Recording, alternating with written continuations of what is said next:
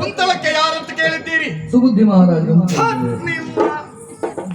ನಾವೇನಾದ್ರೂ ಒಳ್ಳೇದ್ ಮಾಡುವ ಅಂತ ಬರುದು ಇಲ್ಲ, ಸಂಪೂರ್ಣ ಪ್ರಸಂಗ ಹಾಳೇ ಮಾಡಿದ್ರಿ ನೀವು. ಎಂತಾಯ್ತು? ಏನ್ ನಿದ್ರೆ ಗಣ್ಣಲ್ಲಿದ್ದೀರಾ ಸ್ವಾಮಿ? ಅಲ್ಲದೆ ಇದ್ರು ಬಂದವ ಯಾರು ಅಂತ ನಿಮಗೆ ಗೊತ್ತಾಗ್ಲಿಲ್ವಾ? ಇಲ್ಲ, ಸುಬುದ್ಧಿಯೂ ಅಲ್ಲ ದುಷ್ಟ ಬುದ್ಧಿಯೂ ಅಲ್ಲ, ಬಂದವ ಮದನರಾಯರು. ಮದನರಾಯರ ಸರಿಯಾಗಿ ನೋಡಿ ನೀವು. ಹೇಗ ಹೌದಪ್ಪ, ನೋಡಿದ್ರ? ಈ ಕಾಲಕ್ಕೆ ನಾನು ಬಂದಿರುವಂತಹ ಹೊತ್ತಿನಲ್ಲಿ ಎಲ್ಲರೂ ಕೂಡ ಎದ್ದು ನಿಂತು ಗೌರವಿಸುತ್ತಾ ಇದ್ದಾರೆ. ನಮಗೂ ಗೌರವ ಕೊಟ್ಟವರಿಗೆಲ್ಲ ನಾವು ಒಳ್ಳೇದಾಗ್ಲಿ ಅಂತ ಆಶೀರ್ವಾದ ಮಾಡಿ ಅಲ್ಲಲ್ಲೇ ಕೂರಿಸಿದ್ದೇನೆ. ಈಗ ಹೇಗೆ ನಿಜವಾಗಿ ನೋಡಿದ್ರ ನಮ್ಮನ್ನು ಸ್ವಾಗತಿಸುವುದಕ್ಕೆ ಎಂತೆಂಥವರೆಲ್ಲ ಬರ್ತಾರೆ ಅಂತ. ನಿಜವಾಗಿ ನಮ್ಮ ಪ್ರವೇಶ ಆಗುವುದೇ ತಡ, ನಮ್ಮ ಒಟ್ಟೊಟ್ಟಿಗೆ ಪ್ರವೇಶ ಆಗುತ್ತದೆ. ಹೀಗೆ ಬಹಳ ಸಂತೋಷ ಆಗುವುದು. ಆದ್ರೆ ನನ್ನ ಜೀವನದ ಕುರಿತಾಗಿ ಯೋಚನೆ ಮಾಡಿದ್ರೆ ಕೆಲವೊಮ್ಮೆ ದುಃಖವೂ ಆಗುತ್ತದೆ ಸ್ವಾಮಿ. ಕಾರಣ ಉಂಟೇ ಉಂಟು. ಕೆಲವರಿಗೆಲ್ಲ ಹೇಗೆ ಗೊತ್ತುಂಟ, ಯೋಗ ಇದ್ರೆ ಭಾಗ್ಯ ಇರುವುದಿಲ್ಲ, ಭಾಗ್ಯ ಇದ್ರೂ ಯೋಗ ಇರುವುದಿಲ್ಲ, ಎರಡೂ ಇದ್ರೆ ಗ್ರಾಚಾರವೇ ಸರಿ ಇರುವುದಿಲ್ಲ. ನೀವು ಯಾವ ಸಾಲಲ್ಲಿದ್ರಿ? ನಾ 3ನೇ ಸಾಲ. ನನಗೆ ಯೋಗ ಭಾಗ್ಯ ಎರಡು ಉಂಟು, ಗ್ರಾಚಾರವೇ ಸರಿ ಇಲ್ಲ.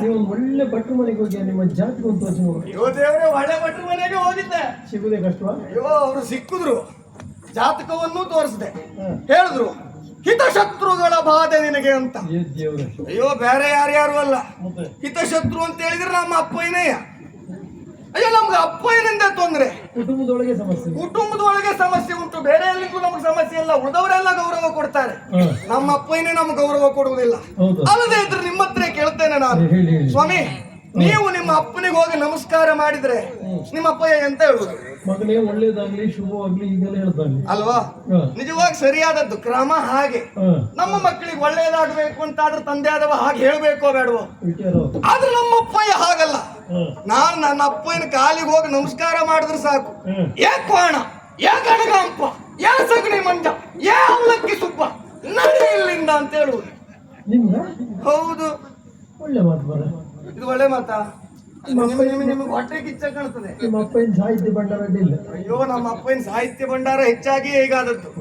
ಏನಾದ್ರೂ ನಮ್ಮ ಅಪ್ಪಯ್ಯ ಮಾಡಿಟ್ಟಲ್ಲಿ ನಾವು ಅದನ್ನೇ ನೋಡ್ಕೊಂಡು ಬದುಕುವ ಅಂತ ಯೋಚನೆ ಮಾಡಿದ್ರೆ ಇಲ್ಲ, ನಮ್ಮ ಅಪ್ಪಯ್ಯ ಅದ್ರಲ್ಲಿ ಬದುಕು ಕೊಡುವ ಯಾವ ಲಕ್ಷಣವೂ ನಮಗ್ ಕಾಣುವುದಿಲ್ಲ.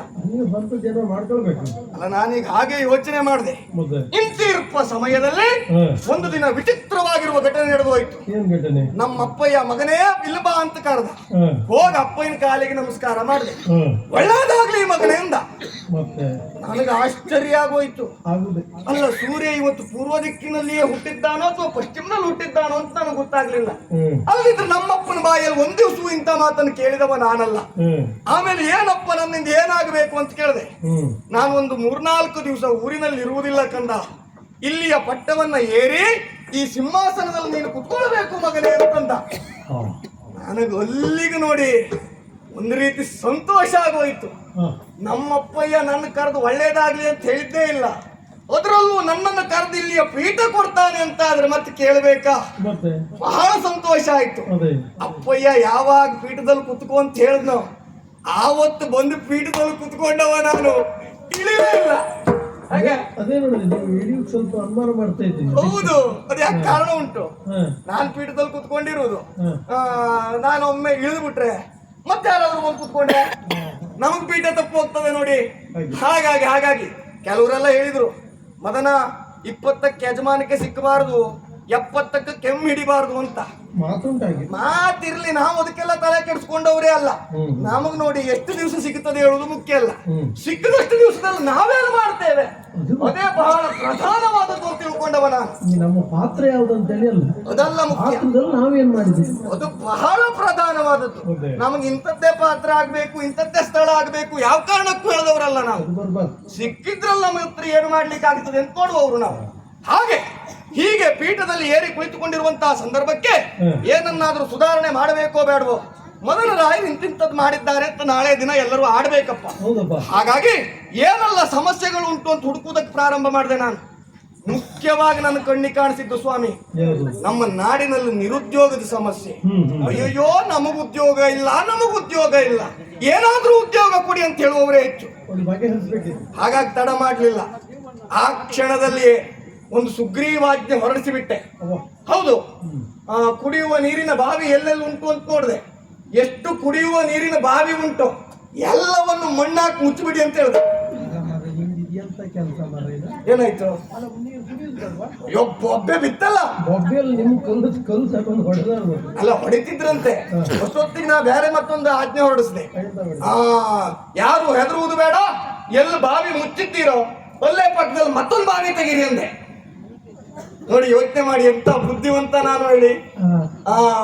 ಕುಡಿಯುವ ನೀರಿನ ಬಾವಿ ಮುಚ್ಚುವುದಕ್ಕೊಂದಷ್ಟು ಜನಕ್ಕೆ ಕೆಲಸ, ಮತ್ತೊಂದು ಬಾವಿ ತೆಗಿಲಿಕ್ಕೆ ಮತ್ತೊಂದಷ್ಟು ಜನಕ್ಕೆ ಕೆಲಸ. ಹಾಗಾಗಿ ಅಲ್ಲಿಗೆ ನಿರುದ್ಯೋಗದ ಸಮಸ್ಯೆ ಮುಕ್ತಾಯ ಆದಾಗ ಆಗುತ್ತದೋ ಇಲ್ವೋ ಹೀಗೆ ಯೋಚನೆ ಮಾಡಿದೆ.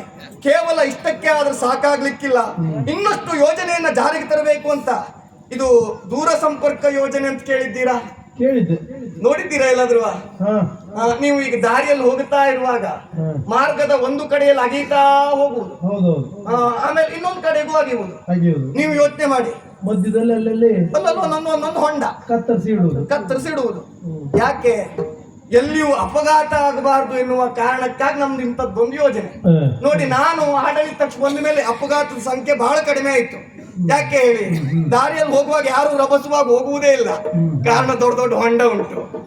ಹಾಗಾಗಿ ಹಾಗೆ ನಮ್ಮದು ಇಂತಹ ನೂರಾರು ಯೋಜನೆಗಳನ್ನ ಜಾರಿಯಲ್ಲಿ ತರುವ ಪ್ರಯತ್ನದಲ್ಲಿದ್ದವ ನಾನು. ಕೇವಲ ಇಷ್ಟು ಮಾತ್ರ ಅಲ್ಲ, ಇತ್ತೀಚೆಗೆ ನೋಡಬೇಕು, ನನ್ನನ್ನು ಕರೆಯುವವರೆಷ್ಟು ಜನ, ನನ್ನನ್ನು ಸನ್ಮಾನಿಸುವವರೆಷ್ಟು ಜನ. ಎಲ್ಲ ಹೋಗ್ಲಿ, ಮೊದಲ ರಾಯರೇ ನೀವು ಬರಬೇಕು, ನಮ್ಮ ಕುರಿತಾಗ ಒಂದೆರಡು ಮಾತಾಡಬೇಕು ಅಂತ ಹೇಳುವುದು. ಈ ಸಂಘ ಸಂಸ್ಥೆಯವರೆಲ್ಲ ನನ್ನ ಕಾಲಿಡ್ಕೊಳ್ಳುದಲ್ಲ. ಮೊನ್ನೆ ಒಂದು ಘಟನೆ ನಡೆದೋಯ್ತು, ನಿಮ್ಮ ಹತ್ರ ಹೇಳಿದ್ರೆ ಆಗುದೇ ಇಲ್ಲ ನನಗೆ. ಇದು ವಿಧವಾ ಸಂಘದವರೆಲ್ಲ ಬಂದು ನಮ್ಮಲ್ಲಿ ದಯವಿಟ್ಟು ನೀವೊಂದು ನಮ್ಮ ಸಂಘದ ಕಾರ್ಯಕ್ರಮಕ್ಕೆ ಬಂದು ಒಂದೆರಡು ಮಾತಾಡ್ಬೇಕು ಅಂತ ಹೇಳಿದ್ರು. ನಾನು ನಿಜವಾಗಿ ಒಪ್ಕೊಳ್ಳಿಲ್ಲ. ಯಾಕೆ? ನನಗೆ ಗೊತ್ತುಂಟು, ನನಗೆ ಮಾತಾಡ್ಲಿಕ್ಕೆ ಬರುವುದಿಲ್ಲ ಹಾಗೆಲ್ಲ ನಿಂತ್ಕೊಂಡ್ರೆ. ಹಾಗಾಗಿ ಬರುವುದಿಲ್ಲ ಅಂತ ಹೇಳಿದೆ. ಏನ್ ಮಾಡಿದ್ರು ಕೇಳಲಿಲ್ಲ, ಬರಲೇಬೇಕು ಸ್ವಾಮಿ ಅಂತ ಒತ್ತಾಯ ಮಾಡಿದ್ರು. ಆಯ್ತು ಬರ್ತೇನೆ ಅಂತ ಹೇಳಲು ಹೋದೆ. ನಾವೊಂದು ಭಾಷಣ ಮಾಡಿದೆ, ಗೊತ್ತುಂಟಾ? ಅದು ಇದು ಹೇಳಲ್ಲ ನಿಮ್ಗೆ, ಹೇಳ. ಮೊದಲು ಹೋಗಿ ಹೀಗೆ ನಿಂತ್ಕೊಂಡೆ, ಓ ನನ್ನ ವಿಧವೇರೆ ಅಂತಂದೆ. ಪಕ್ಕದಲ್ಲಿ ಬೈಯುವುದಕ್ಕೆ ಪ್ರಾರಂಭ ಮಾಡ್ದ. ಏನು ವಿಧವೆಯರೆಲ್ಲ ನಿಮ್ಮವರ ಅಂತ ಹೇಳಿ? ಹಾಗಲ್ಲ, ತಪ್ಪಾಯ್ತು. ಓ ವಿಧವೆಯರಾದ ನನ್ನವರೇ ಅಂತ ಹೇಳಿದೆ. ಅಯ್ಯೋ, ಏನ್ ನಿನ್ನ ಕುಟುಂಬದವರೆಲ್ಲ ವಿಧವೆಯರ ಅಂತ ಕೇಳ್ದ. ಅಲ್ಲಿಗೆ ಬಿಟ್ಟೆ. ಓ ನೊಂದವರೇ, ಓ ಬಳಲಿದವರೇ, ನಿಜವಾಗಿ ನಿಮ್ಮ ಸಂಘವನ್ನ ಕಂಡು ನನಗೆ ಬಹಳ ಸಂತೋಷವಾಯಿತು. ಇಂತಹ ಸಂಘಕ್ಕೆ ಪ್ರೋತ್ಸಾಹವನ್ನ ಕೊಡಬೇಕು ಎಂಬ ಮನಸ್ಸುಳ್ಳವ ನಾನು. ಹೆಚ್ಚಾನು ನಿಮ್ಮ ಸಂಘ ಮೂಲೆಯಲ್ಲಿ ಬೆಳಿಬೇಕು ಎಂಬ ಹಾಗೆ ಯೋಚನೆ ಮಾಡುವವ ನಾನು. ನಿಮ್ಮ ಸಂಘ ಇಷ್ಟು ಮಾತ್ರ ಅಲ್ಲ, ಮುಂದೊಂದು ಸಂದರ್ಭದಲ್ಲಿ ಹೆಚ್ಚು ಕಡಿಮೆ ನನಗೆ ಮದುವೆ ಆದ್ರೆ ಇವತ್ತಲ್ಲ ನಾಳೆ ನಿಮ್ಮ ಸಂಘಕ್ಕೆ ನನ್ನ ಹೆಂಡತಿಯನ್ನು ಸೇರಿಸ್ತೇನೆ. ನೀವು ಜೀವಂತ ಇವಾಗಿ ಅಲ್ಲ, ನೀವು ಇವತ್ತು ನಾವು ಮಾತಾಡ್ತಾ ಇದ್ದೀವಿ ಅಂದ್ರೆ ಹೌದು, ಯಾವ್ದೋ ಜನ್ಮ ಮಾಡೋದು ಪುಣ್ಯ. ಇವಾಗ ಹೇಳ್ತೇನೆ, ಹೋಯ್ ಅಲ್ಲೆಲ್ಲ ನಾನು ಹೊಡಿಬೇಕು ಅಂತ ಹೇಳಿ ಮಾಡ್ಕೊಂಡಿದ್ರಂತೆ, ಕೊಲ್ಕೊಂಡಿದ್ರಂತೆ. ಮುಂದೆ ಆಗ್ತಿದ್ರು ಏನೋ. ಅಷ್ಟೊತ್ತಿಗೆ ಪುಣ್ಯಾತ್ಮ ಅಲ್ಲಿ ಸನಿಹ ಇದ್ದವ ಓಡು ಓಡು ಅಂದ. ನನಗೆ ಸಣ್ಣಿದ್ದಾಗ್ಲಿಂದ ಒಂದು ಅಭ್ಯಾಸ, ಯಾರಾದ್ರೂ ಓಡು ಓಡು ಅಂದ್ರೆ ಸಾಕು, ಇನ್ನು ಮುಂದೆ ನೋಡುದಿಲ್ಲ, ಕೊಂಡು ಮುಚ್ಕೊಂಡು ಓಡ್ತಾ ಇರ್ತೇನೆ ನಾನು. ಹಾಗಾಗಿ ಆವತ್ತು ಅಲ್ಲಿಂದ ಒಂದು ಬದುಕಿ ಬಂದಾಗಾಯ್ತು. ಇನ್ನಂತ ಕಾರ್ಯಕ್ರಮಕ್ಕೆ ಹೋಗಿ ನಮ್ಮ ಭಾಷಣ ಇಲ್ಲ ಅಂತ ಗಟ್ಟಿ ನಿರ್ಧಾರ ಮಾಡಿ ಆಗಿದೆ. ಓ ಬರ್ಲಿಕ್ಕೆ ನಡೆದೊಂದು ಹೊರಮಾಗಿ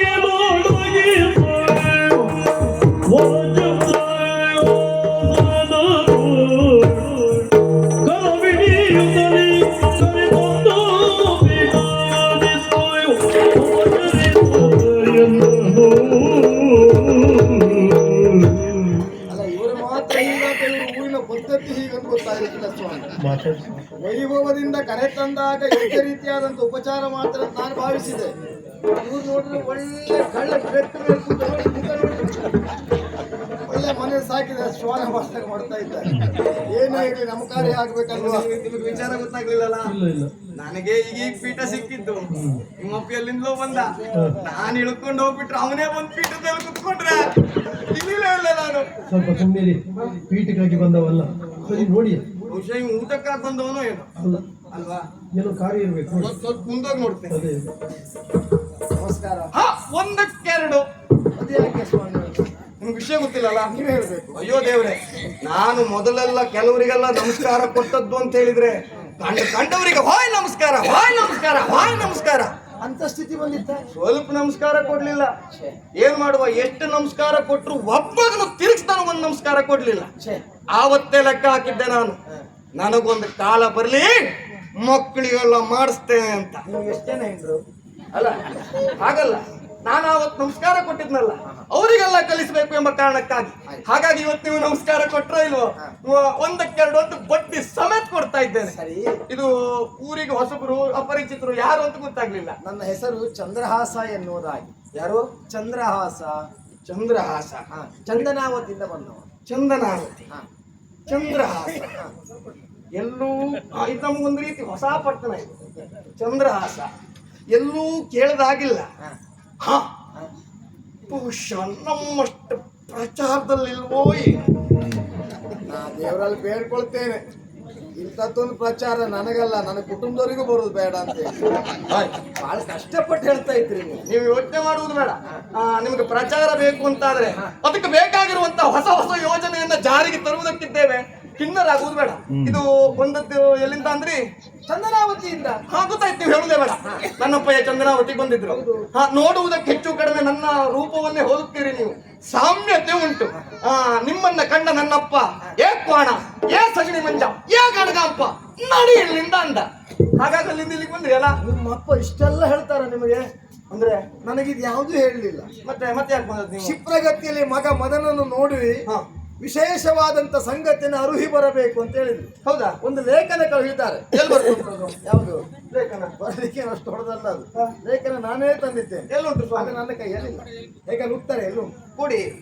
ನಾನು ಕೊಡುವಾಗಿಲ್ಲ, ಗುಟ್ಟಾದ ಲೇಖನ ಅದು. ನಾನೇ ಬಿಡಿಸ್ಕೊಳ್ಬೇಕು. ಹೌದೌದು. ಅಲ್ಲ, ಮತ್ತೊಂದು ವಿಷಯ, ಈ ಅಪ್ಪನ ಗಂಟೆಲ್ಲ ಮಕ್ಕಳಿಗೆ ಸಿಕ್ಬೇಕು. ಹೌದಪ್ಪ. ಹೌದಪ್ಪ. ನೋಡಿ, ನಮ್ಮ ಅಪ್ಪನ ಗಂಟು ಒಂದ್ ಜಾತಿ ಹೆಂಗಸು ಗಂಟಿದ್ದಾಗ ಉಂಟು. ನೀವೇ ಹೇಳಬೇಕು. ಮಂತ್ರಿಗಳು ಗಂಟೆ ಹಾಗೆ ಬಿಡಿ. ಕರ್ಮ. ಸ್ವಾಮಿ ಎಂತ ಮಾಡ್ತೀರಿ ಹೇಳಿ?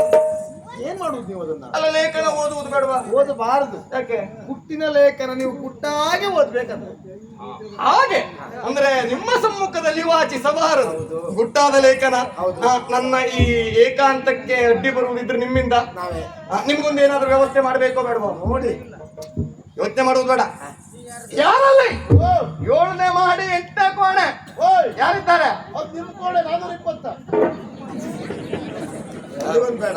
ಯಾವುದು? ಅಲ್ಲಿ ಬೇಡ. ಯೋಚನೆ ಮಾಡುವುದು ಬೇಡ. 420 ಕೋಣೆ ನಂದೇ ಆಗಿರಬಹುದು. ಆದ್ರೂ ಬಂದಿರುವ ಜನ ಅದಕ್ಕೆ ಸ್ವಲ್ಪ ಹೊಂದಾಣಿಕೆ ಆಗುವ ಹಾಗೆ ಇದ್ದಾರೆ. ಏನು ತೊಂದರೆ ಇಲ್ಲ, ಅಲ್ಲೇ ಕಳಿಸಿ. ಅಷ್ಟೇ ಅಲ್ಲ, ನೀವು ಒಳಗೆ ಹೋಗ್ತಿದ್ದಾಗೆ ಕತ್ತಲೆ ಕೋಣೆ, ಹೆದರುವುದು ಬೇಡ. ಕಾಲಿಡ್ತಾ ಇದ್ದಾಗೆ ಛಕ್ಕಿನ ಬೆಳಕಾಗ್ತದೆ. ನಾನು ಬಾಯಿಲ್ಲ ಹೇಳ್ಬೇಕಾ? ಅಲ್ಲ, ನೀವು ಹೇಳುದು ಬೇಡ. ನೀವು ಕಾಲಿಟ್ರೆ ಸಾಕು. ಯಾರಲ್ಲಿ ಕೋಣೆ ಒಳಗೆ ಹಾಕಿ 4 ಜನ ಹೊರಗಡೆ ಕತ್ತಿ ಹಿಡ್ಕೊಂಡಿಲ್ಲ. ನಾನು ಯಾವ ಅಪರಾಧ ಮಾಡಿಲಿ ಬಂದವನಲ್ಲ. ಸುಮ್ಮನಿರಿ ಸ್ವಾಮಿ. ಏನೋ ಅಪರಾಧ ಮಾಡಿದ್ದಕ್ಕಾಗಿ ನಿಮ್ಮನ್ನು ಹಾಕುವುದು ಅಂತ ಯೋಚನೆ ಮಾಡುವುದು ಬೇಡ. ಮತ್ತೆ ನಿಮ್ಮ ಅಂಗರಕ್ಷಣೆಗಾಗಿ. ಇದು ಅಂಗರಕ್ಷಕರಿಂದ ನಮ್ಗೆ ಯಾವ ತೊಂದರೆ ಆಗ್ಲಿಕ್ಕಿಲ್ಲಲ್ಲ. ತೊಂದರೆ ಆಗುವುದಿಲ್ಲ. ಒಮ್ಮೆ ಆದ್ರೆ ಪರಿಹಾರ ಉಂಟು. ಯಾವಾಗ? ಅಲ್ಲ, ಅದು ಆಮೇಲೆ ನೋಡು. ನಿರಂತರವಾಗಿ ಒಂದು 10-20 ವರ್ಷ ಅದ್ರ ಕುರಿತಾಗಿ ಚರ್ಚೆ ಮಾಡಿ ವಿಮರ್ಶೆ ಮಾಡಿ ಆಮೇಲೆ ಏನಾದ್ರೂ ಒಂದು ನಿರ್ಧಾರ ತಕೊಂಡು ಕೊಡ್ತೇವೆ. ನಮ್ಮ ಕುಟುಂಬದವ್ರು ಯಾರಾದ್ರೂ ಉಳಿದ್ರೆ ಕೊಡುವ, ಅದಕ್ಕೆ ಯಾಕೆ ಯೋಚನೆ ಮಾಡುವ? ಎಲ್ಲ ವ್ಯವಸ್ಥೆ